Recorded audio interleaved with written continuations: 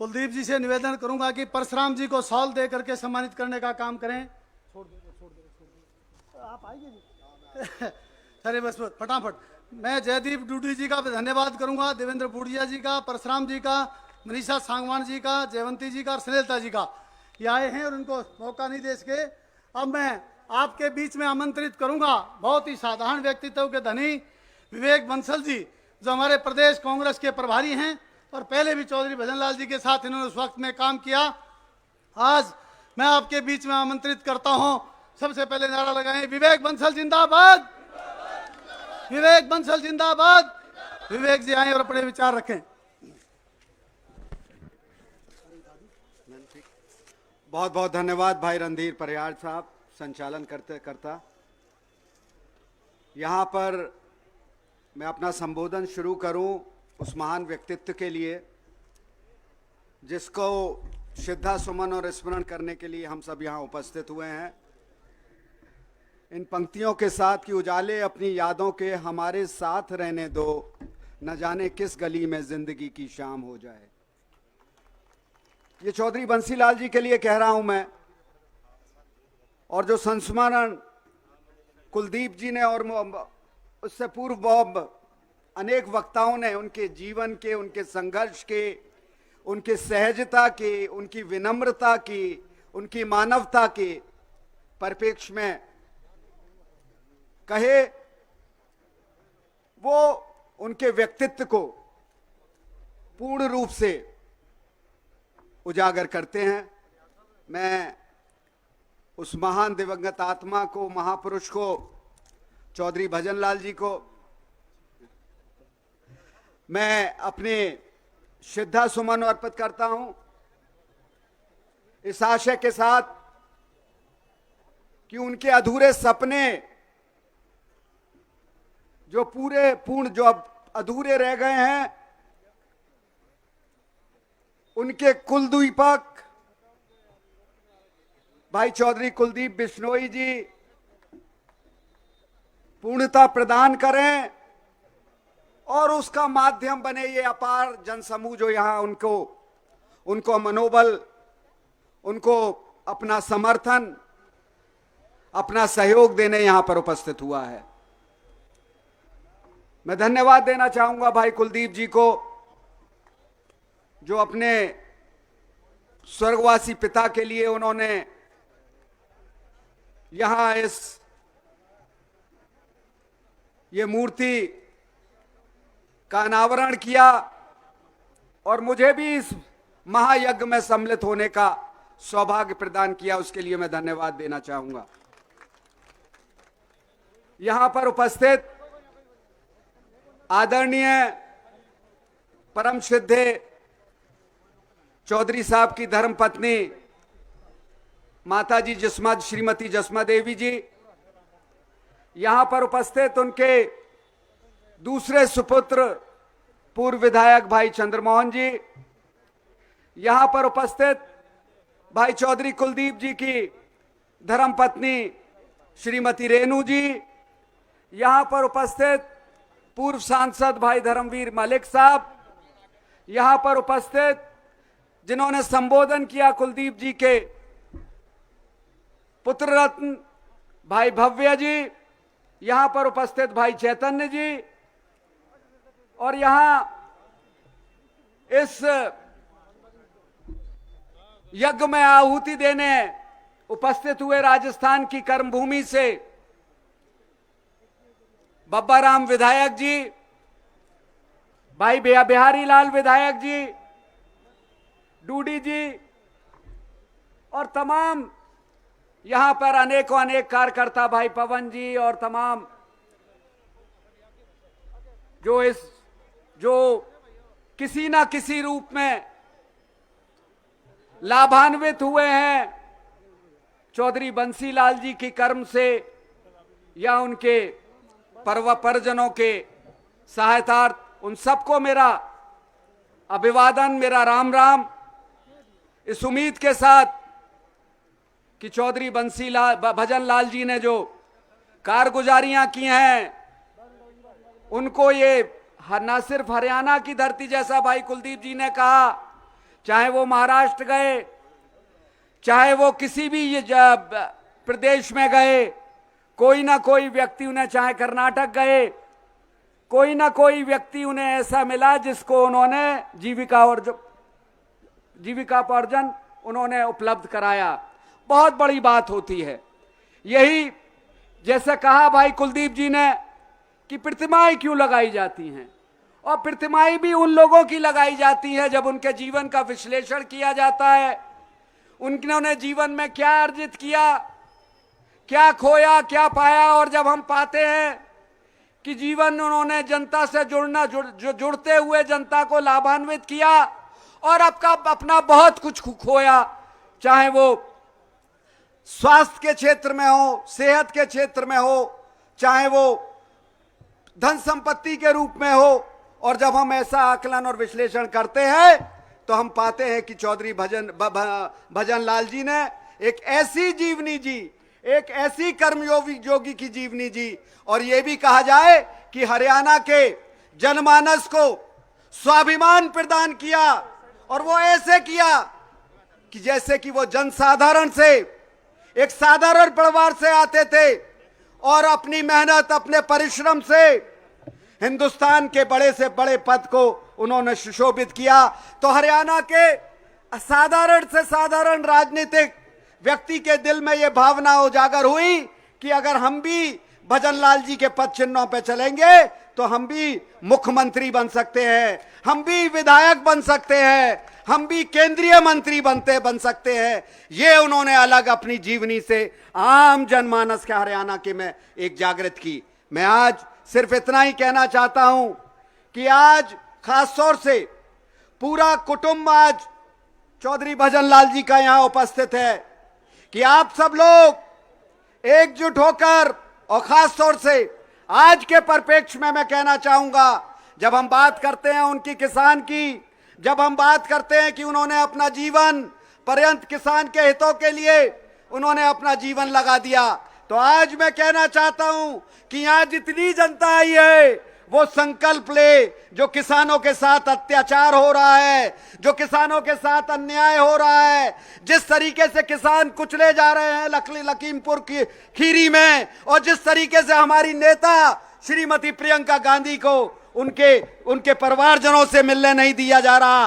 आप सब लोग संकल्प लें कि जब तक इस सरकार को नहीं उखाड़ देते, जब तक आप इस कृषि बिलों को वापस नहीं करा लेते, तब तक आप लोग चैन की सांस नहीं लेंगे।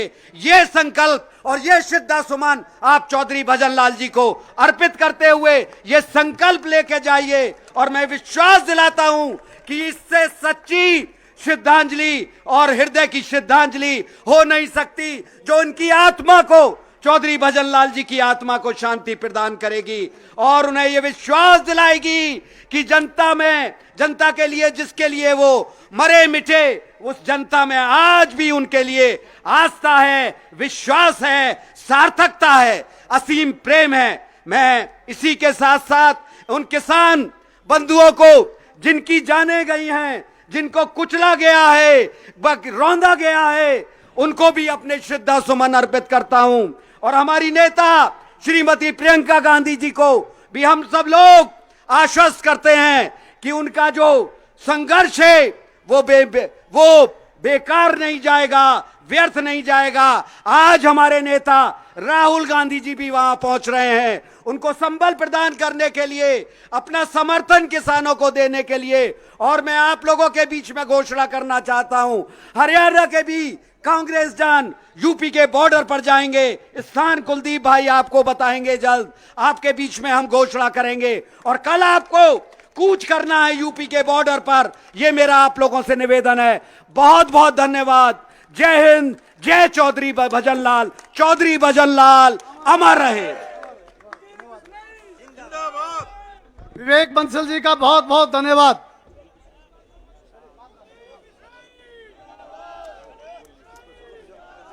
विष्णु वापस भाव विष्णु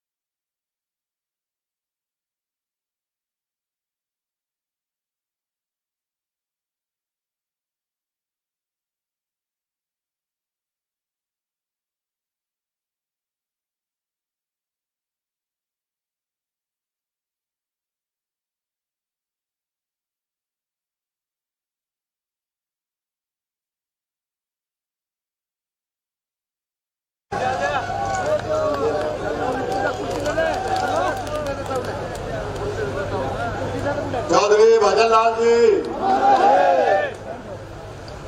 परम श्रद्धेय, परम आदरणीय और हमारे नेता श्री विवेक बंसल जी, परम आदरणीय मेरी माता जसमा देवी जी, आदरणीय मेरे बड़े भाई चंद्रमोहन जी, आदरणीय मेरे बड़े भाई गुणाराम जी, राजस्थान से विशेष रूप से मेरे दोनों भाई यहाँ पर पधारे, आदरणीय पप्पा राम जी, आदरणीय बिहारी लाल जी, आदमपुर से और हाथी से विधायक रही रेणुका बिश्नोई जी, मेरे पिताजी के संघर्ष के साथी, उनके भाई की तरह जिन्होंने मन से साथ दिया, परम आदरणीय चौधरी धर्मपाल मलिक जी, अखिल भारतीय बिश्नोई महासभा के अध्यक्ष भाई रामस्वरूप मांझू जी,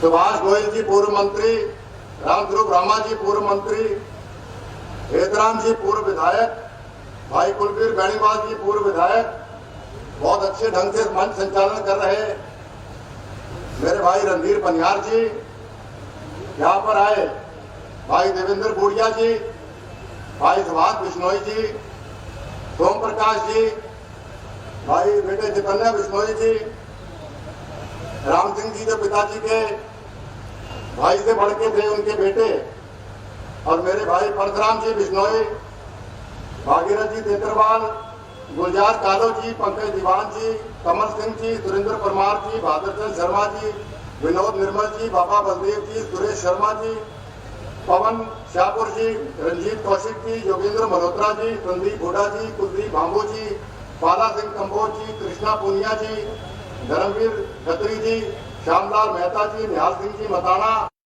जी, आलोक मेहता जी, राम खान जी, पप्पू डारा जी, शिवजीत जी, जगमोहन मित्तल जी, हेमंत पत्रा जी, विकास भ्याना जी, उदयवीर जी, सुशील शर्मा जी,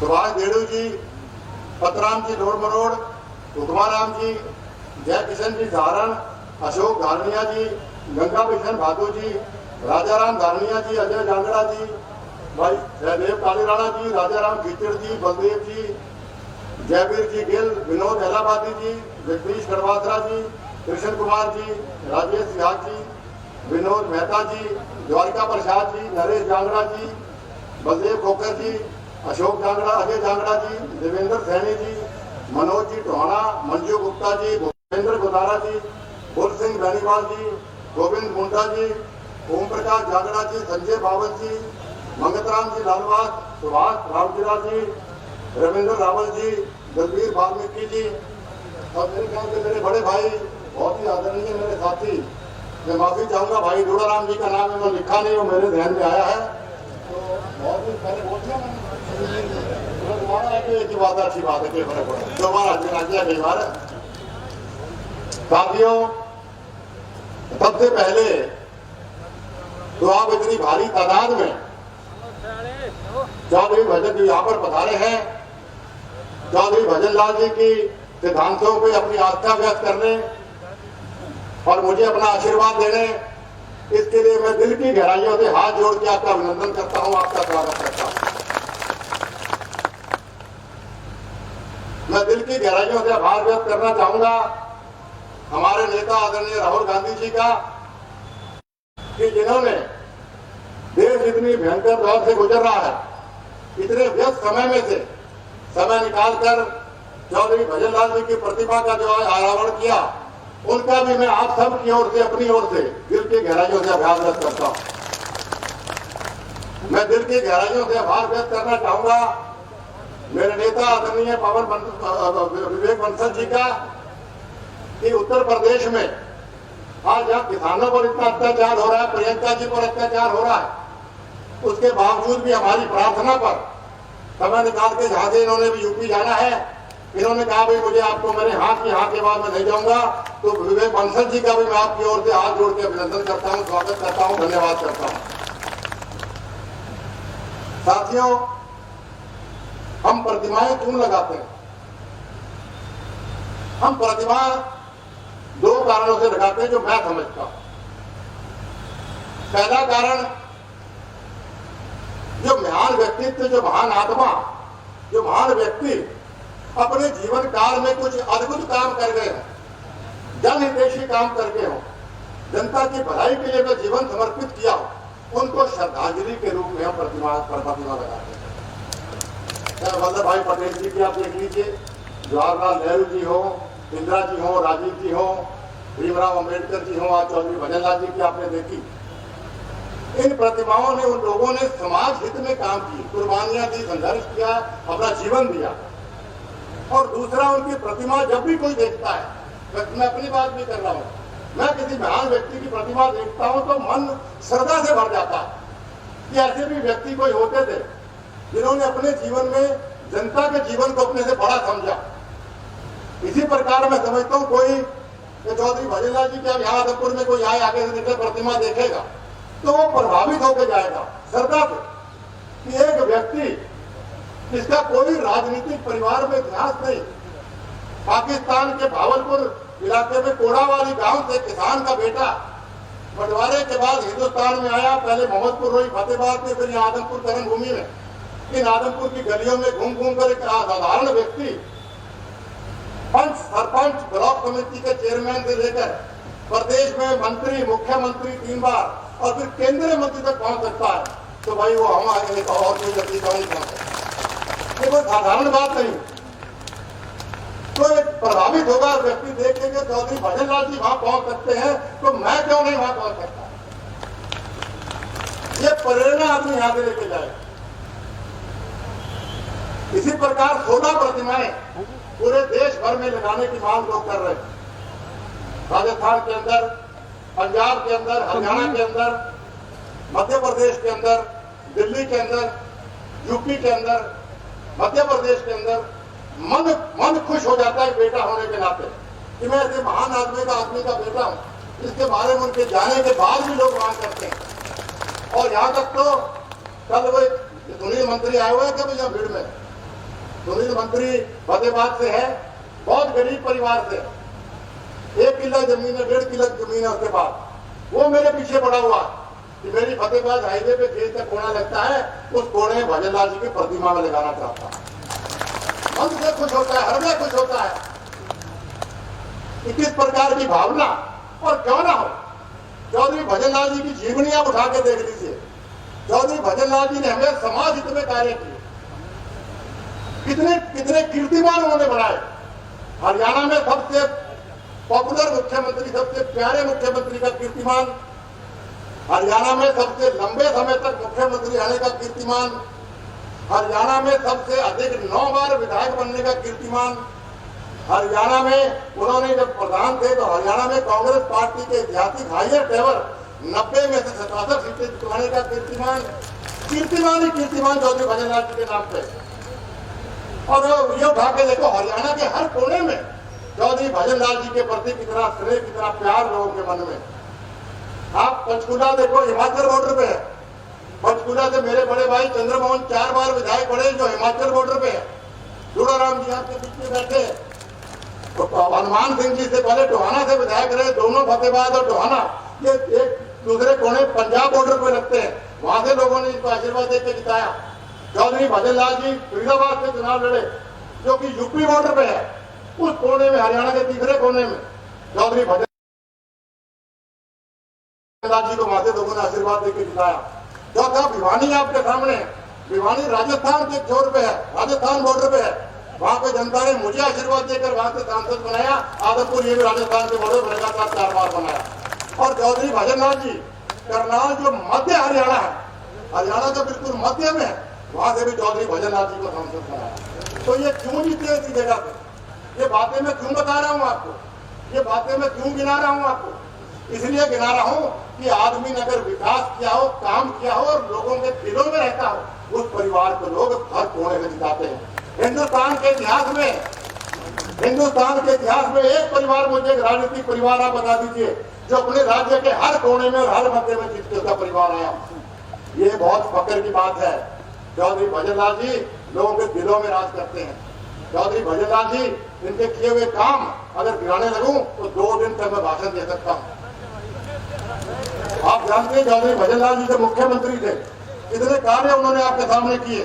जब मंत्री से पहले खाद्य पूर्ति मंत्री होते हुए इन्होंने कहा गरीब लोगों तक अनाज नहीं पहुंचता। ऐतिहासिक इन्होंने जो आप जानते हैं डिपो बनवाए, राशन डिपो खुलवाए, देश में पहली बार इससे गरीब आदमियों तक अनाज और चीनी पहुंचाने का काम हुआ। ये काम चौधरी भजनलाल जी ने किया। चौधरी भजनलाल जी हरियाणा में जब बिजली मंत्री थे, हरियाणा में उस जमाने में 80% से ऊपर गांव के अंदर लोगों की बिजली नहीं हुआ करती थी। ट्यूबवेल जो लाल टिनों में लोग रहा करते थे, चौधरी भजनलाल जी ने बिजली मंत्री रहते हुए हर गांव में बिजली पहुंचाने का काम किया। चाहे वो 1 घंटा आई हो, चाहे आधा घंटा उस जमाने में आई हो, क्योंकि हर गांव में बिजली पहुंचाने का काम चौधरी भजनलाल जी मंत्री रहते हुए। चौधरी भजनलाल जी फिर मुख्यमंत्री बने। अनेकों योजनाएं पूरे माला कालका से लेकर रेवाड़ी तक, होटल से लेकर सरसा डबवाली तक, पूरे चारों दिशाओं में समान विकास समान रोजगार का काम आदरणीय जन्मयुग पुरुष चौधरी भजनलाल जी ने किया। ये बात आपसे छुपी हुई नहीं।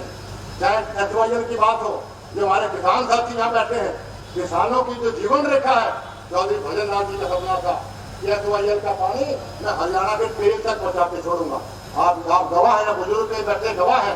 स्वर्गीय इंदिरा गांधी जी जिनका विशेष प्यार चौधरी भजनलाल जी से था, उनको पंजाब के कपूरी गांव में ले जाकर कस्ती से चौधरी भजनलाल जी ने SYL नहर के निर्माण का कार्य शुरू करवाया। 95% काम चौधरी भजनलाल जी के राज में SYL का पूरा हो गया। उसके बाद SYL उग्रवादियों को भेंट कर दिया। चौधरी भजनलाल जी की सोच थी। इंदिरा गांधी जी का, जैसे मैंने आपको बताया, इंदिरा गांधी जी से उनका विशेष लगाव, विशेष प्यार था। एक किस्सा मुझे याद आता है, हम स्कूल में थे, इंदिरा जी यहाँ फतेहाबाद में आए, कोई कार्यक्रम में लेक्चर भी देते थे, और उस दिन उनका व्रत था इंदिरा गांधी जी का। तो व्रत में खाना नहीं था। तो रैली खत्म होने के बाद जब बाकी VIP का भोजन हुआ, इंदिरा जी बैठी थी। चौधरी भजनलाल जी ने कहा कि इंदिरा जी, ये हमारे बिश्नोई समाज की खीर बड़ी मशहूर है, तो मैं ये आदमपुर से खीर बना के आपको लाऊं, खीर खाओ।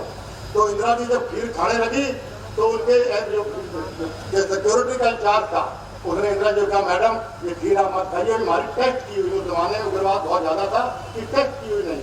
तो अब ये अखबारों भास्कर के साथी बैठे, भास्कर अखबार में स्टोरी छपी थी। इंदिरा जी ने क्या कहा?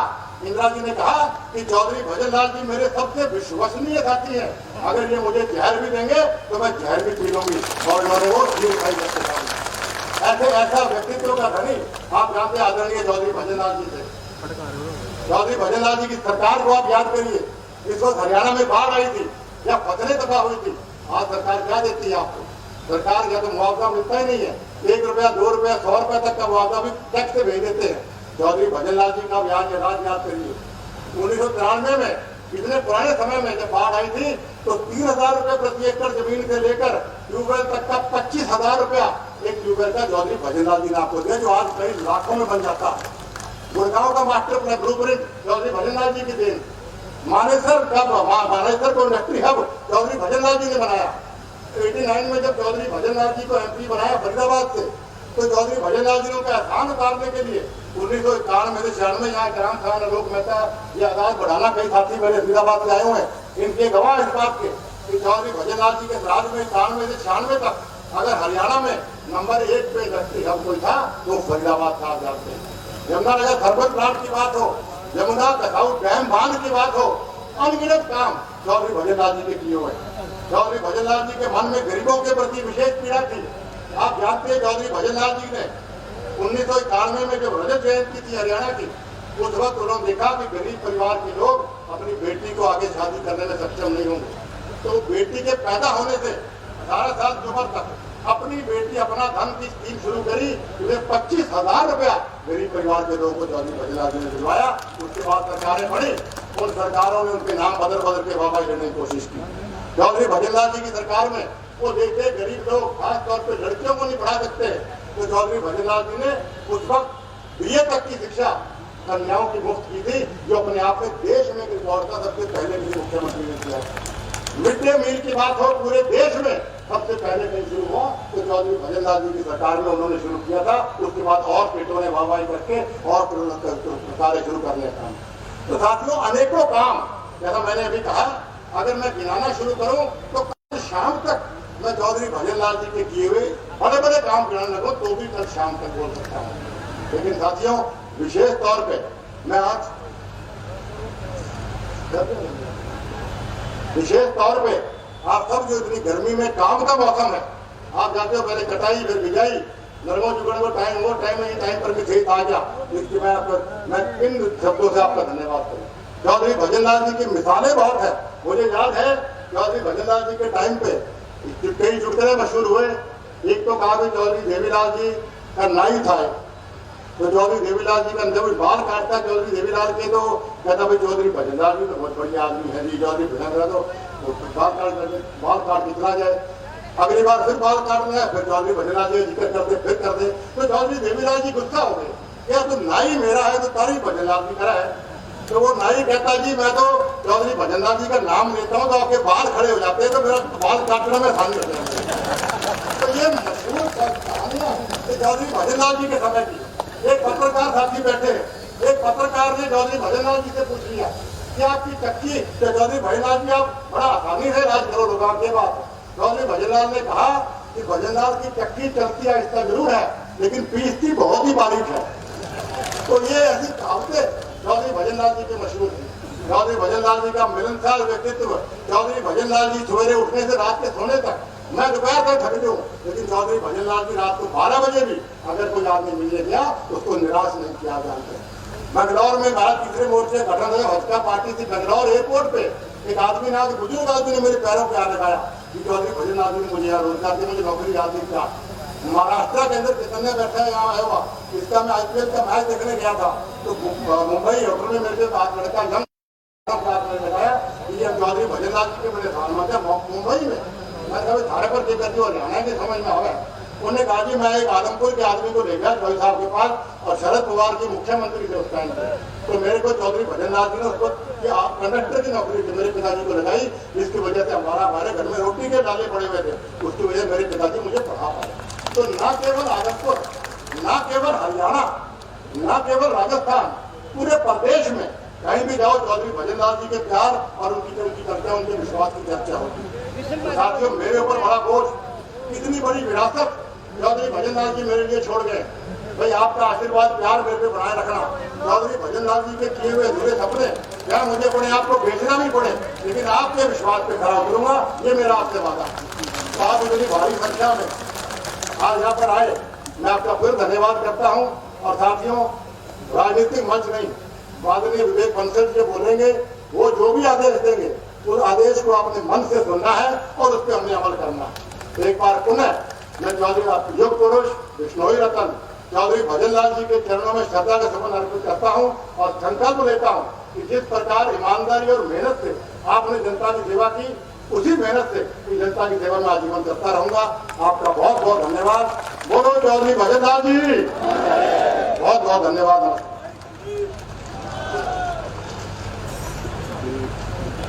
अब मैं सम्मानित करने वाली श्रृंखला